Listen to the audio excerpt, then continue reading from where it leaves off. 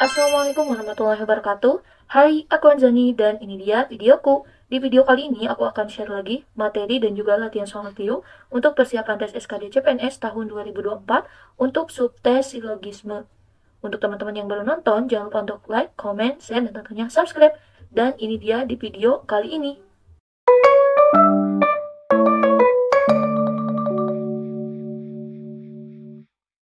Latihan soal dan trik menjawab soal TIU untuk persiapan tes CPNS SKD tahun 2024 untuk subtes tes intelijensi umum verbal silogisme. Sebelum ke latihan soal, di sini aku akan share dulu materi singkat untuk silogisme. Tes silogisme dilakukan untuk menguji kemampuan mendapatkan fakta pada pernyataan dan manipulasi informasi tanpa mengubah maknanya. Dalam tes silogisme diperlukan ketelitian, kecermatan, ketenangan, dan juga konsentrasi. Silogisme sendiri tersusun atas premis-premis.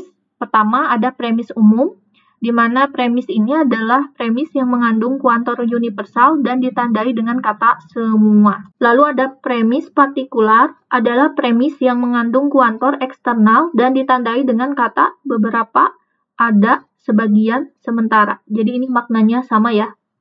Lalu ada premis negatif, adalah premis yang ditandai dengan kalimat negatif, yaitu terdapat kata tidak di dalam kalimatnya. Adapun tips dan trik dalam menarik kesimpulan, yang pertama, jika dalam salah satu premis terdiri dari proposisi partikular, maka kesimpulannya juga harus merupakan proposisi partikular. Contohnya di sini premis pertamanya, semua sifat baik patut diteladani. Lalu premis yang keduanya, sebagian sifat pegawai instansi X adalah baik. Nanti kesimpulannya adalah sebagian perilaku pegawai instansi X patut diteladani. Jadi kalau ketemu kata semua dengan sebagian, pasti nanti jawabannya adalah sebagian. Lalu yang kedua, jika dalam salah satu premis terdiri dari proposisi negatif, maka kesimpulannya juga harus merupakan proposisi negatif. Contoh di sini, ada semua tindakan tawuran tidak disenangi. Sebagian remaja melakukan tawuran. Nah, nanti jawabannya itu pastilah negatif lagi, tidak disenangi. Ini juga sama ya, semua, sebagian, di sini sebagian. Tapi kalau di sini semua nantinya itu di sini kesimpulannya pasti semua juga. Nah, itu dia untuk materi singkat dan juga tips dan trik dalam menarik kesimpulan untuk soal verbal silogisme. Soal nomor 1, jika Anda ingin menjadi seorang cendekiawan, maka lanjutkanlah pendidikan hingga ke perguruan tinggi. Jadi, ini kata kuncinya ya. Jadi, kalau misalkan ingin menjadi seorang cendekiawan, maka lanjutkanlah pendidikan hingga ke perguruan tinggi. Lalu, jika Anda melanjutkan, nih, diulang lagi ya. Melanjutkan ini diulang lagi. Melanjutkan hingga ke perguruan tinggi, maka merantaulah ke kota pelajar Yogyakarta. Nah, kesimpulannya yang mana? Kita lihat nih yang A. Semua orang yang melanjutkan pendidikan hingga ke perguruan tinggi harus merantau ke kota pelajar Yogyakarta. Ini ada kata-kata harus ya. Di sininya tidak ada. Maka yang A salah. Lalu yang B, Yogyakarta adalah sebenar-benarnya kota pelajar yang membuatmu menjadi seorang cendekiawan. Ini juga salah sekali. Karena di sini yang jadi subjeknya adalah orang, teman-teman. Sedangkan di sini dia kotanya gitu, Yogyakartanya.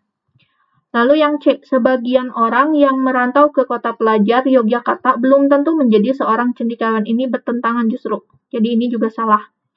Yang D, tidak semua orang ingin menjadi cendekiawan, tetapi mereka melanjutkan. Enggak juga ini ya.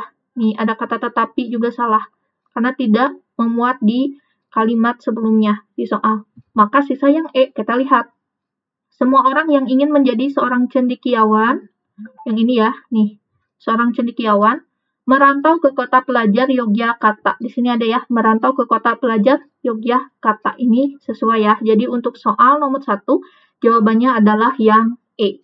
Untuk teman-teman yang mau screenshot nomor 1 dan jawabannya, dipersilahkan. Soal nomor 2, jika Anda ingin berlibur ke luar negeri, maka menabunglah secara rutin. Ini kalimat P-nya, yang ini Q-nya.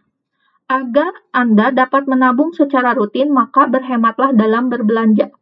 Ini agar Anda dapat menabung secara rutin, berarti ini Q ini ada pengulangan lagi, ini adalah R-nya. Nah, kesimpulan dari kalimat ini P maka Q, jadi jika Anda ingin berlibur ke luar negeri, maka menabunglah secara rutin. Lalu di sini, agar Anda dapat menabung secara rutin, itu kalimatnya Q, maka katanya berhematlah dalam berbelanja, yaitu R. Berarti, kalau untuk kesimpulan, teman-teman dapat silogisme seperti ini ya, V maka Q, Q maka R, maka nanti kesimpulannya cukup P maka R. Jadi, jika Anda ingin berlibur ke luar negeri, maka berhematlah dalam belanja. Kita lihat yang A. Menabung hanya dilakukan jika Anda ingin berlibur, ini salah. B. Menabung secara rutin memang banyak manfaatnya, ini juga salah ya. Jadi, terlalu keluar dari konteks. Yang C. Berlibur ke luar negeri membutuhkan uang yang banyak, jadi menabung dan berhematlah. Ini juga tidak sesuai konteks.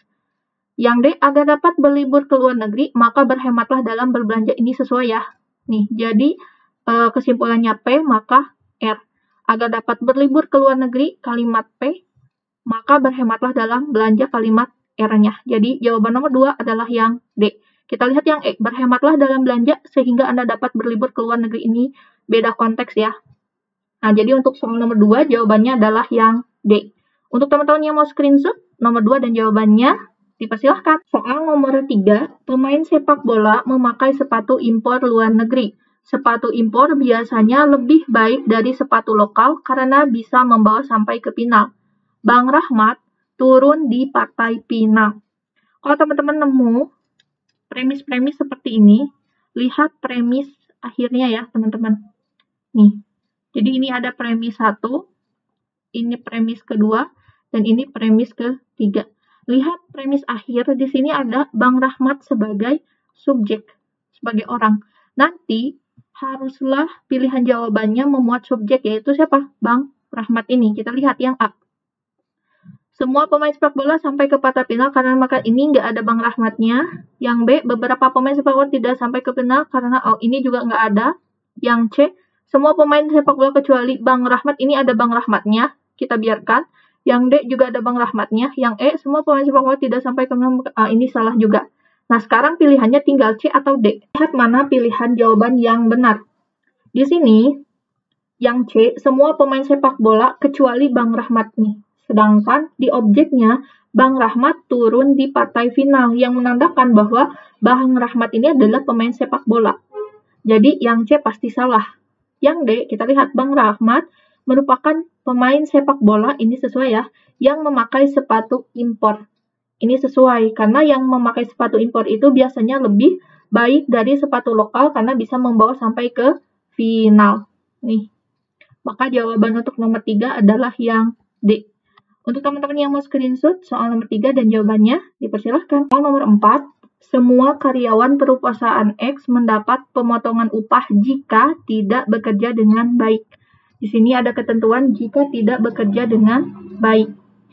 Tidak satu pun karyawan perusahaan X yang mendapat pemotongan upah. Nah, kita harus lihat subjeknya yaitu karyawan ya. Nih, semua karyawan. Terus tidak satu pun juga artinya semua juga. Jadi nanti pasti jawabannya semua lagi. Kita lihat nih. A, semua karyawan, tidak satu pun, semua karyawan, semua karyawan, semua karyawan. Berarti ini semua karyawan ya artinya. Nah, sekarang untuk kita langsung dapat, kita tinggal coret aja kata yang sama nih. Mendapat pemotongan upah. Ini juga mendapat pemotongan upah. Nah, lihat di sini, tidak satu pun karyawan X yang mendapat pemotongan upah, artinya tidak ada satupun yang tidak bekerja dengan baik. Berarti apa? Kesimpulannya, kerjanya dengan baik. Berarti sisanya apa aja nih? Semua karyawan perusahaan X bekerja dengan baik. Kita lihat yang A. Semua karyawan X tidak bekerja. Ini salah. Yang B, tidak satupun karyawan perusahaan X yang bekerja dengan baik. Ini bertentangan ya. Yang C, semua karyawan perusahaan X bekerja dengan baik dan mendapat, ini bertentangan dengan keterangan di soalnya. Karena kalau bekerja dengan baik, pastilah tidak mendapat. Sedangkan di sini mendapat. Yang D, semua karyawan perusahaan X bekerja dengan baik. Ini betul ya. Jawabannya untuk nomor 4 adalah yang D. Kita lihat pilihan E. Semua karyawan perusahaan X mendapat pemotongan upah, ini juga tidak sesuai dengan konteksnya. Jadi untuk nomor 4, jawabannya adalah yang D. Untuk teman-teman yang mau screenshot, dipersilahkan. Nomor 5, semua lemari yang dipamerkan terbuat dari kayu. Ini premis yang pertamanya. semua lemari itu terbuat dari kayu. Nah, yang keduanya, pengrajin menganggap lemari kayu memiliki nilai keindahan. Ini premis kedua. Lalu premis yang ketiganya, lemari itu tidak terbuat dari kayu. Untuk membuat kesimpulannya, kita fokus di premis yang ke-1 dan juga yang premis yang ketiga. Karena premis kedua ini hanya tambahan saja. Berarti di sini semua lemari yang dipamerkan terbuat dari kayu. Lemari itu tidak terbuat dari kayu.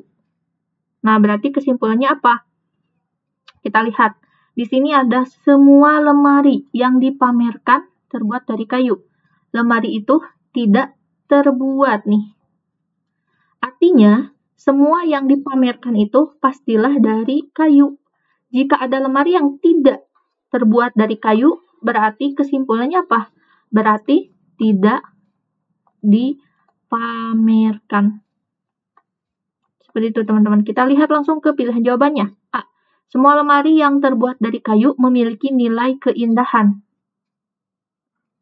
Ini tidak ada konteks ya, karena kita fokusnya di premis 1 sama premis 3. Berarti ini kurang tepat. Yang B.